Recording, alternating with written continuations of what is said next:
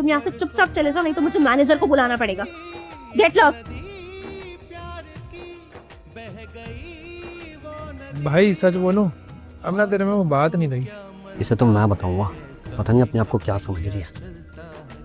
Waiter, ma'am, ये drink आपके लिए उन्होंने भेजे, प्लीज ले जाओ इसे।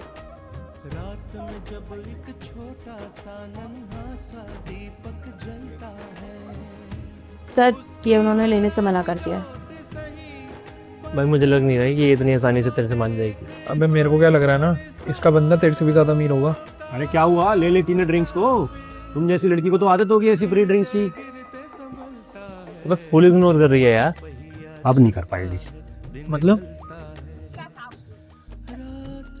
ये ले लेती ना अब। नहीं चाहिए ये।